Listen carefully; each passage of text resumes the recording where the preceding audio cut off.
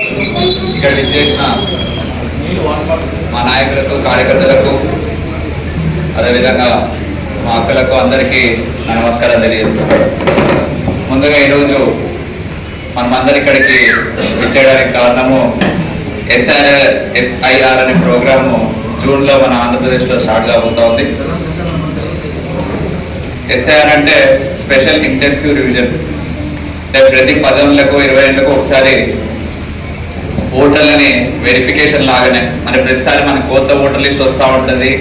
దాని రకంగా ఎట్లా చేసుకోవాలి, ఏం చేసుకోవాలి అనేది ప్రతి ఇయర్ మన అందరూ చేసేవాళ్ళు. కానీ ఇప్పుడు ఏంటంటే కొత్తగా SIR అంటే 10 ఏళ్ళ తర్వాత 15 ఏళ్ళ తర్వాత మనము స్పెషల్ ఇంటెన్సివ్ రివిజన్ చేయడం జరుగుతూ ఉంది.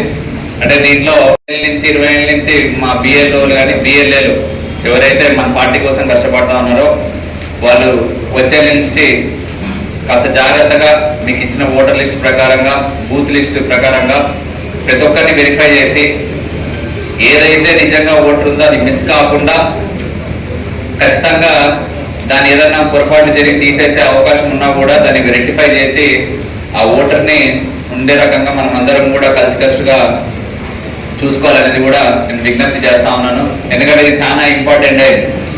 మనం గతంలో వెస్ట్ బెంగాల్లో కూడా చూసాం, 90 లక్షల ఓట్లు దాదాపు తీసేయడం జరిగింది. అంటే దాంట్లో అక్కడ ఏ పరిస్థితుల్లో వాళ్ళు తీసేసారనేది మనకు తెలియదు. కానీ మనం ఇక్కడ ఏవైనా ఓటర్లు మిస్ అయినా కానీ లేదా మళ్ళీ కొత్త ఓటర్లు ఏవైనా చేయించుకునే దానికి అవకాశం ఉంది. కాబట్టి ప్రతి ఒక్క BLO కూడా BLA కూడా చాలా జాగ్రత్తగా బూత్ వైజ్ ఆల్రెడీ అలర్ట్ చేసి నిన్న మొన్నటి వరకు మన సబ్ కలెక్టర్ ఆఫీస్లో కూడా ఇవ్వడం జరిగింది పేర్లు కూడా.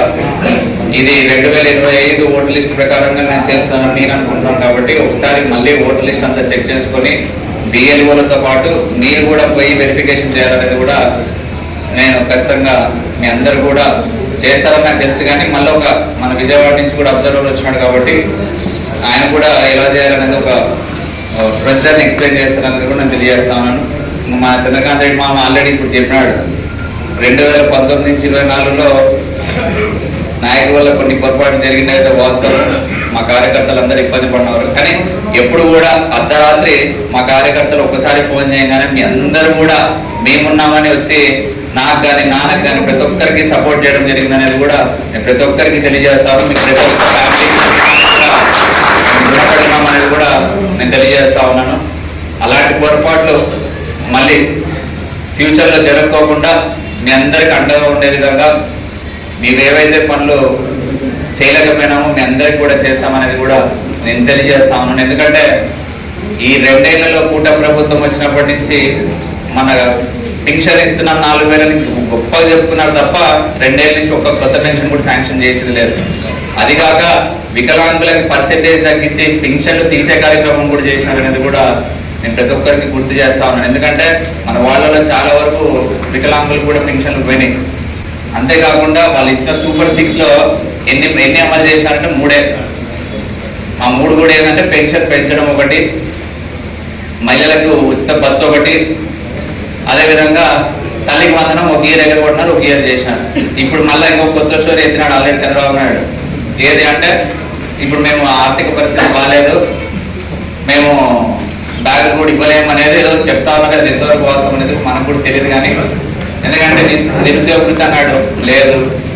మహిళలకి జగన్మోహన్ రెడ్డి గారు ఉన్నప్పుడు 18,750 ప్రతి సంవత్సరం ఇచ్చేవాడు. దానికి ఈసారి పూర్తిగా అంటే వాళ్ళకి 1,500 ఇస్తాం నెలకి, 18,000 దాటోళ్ళకి అని చెప్పినారు. ఒక్కరికి కూడా ఇచ్చింది ఎక్కడ లేదు. ఇంకా ఆల్రెడీ రైతులకు కూడా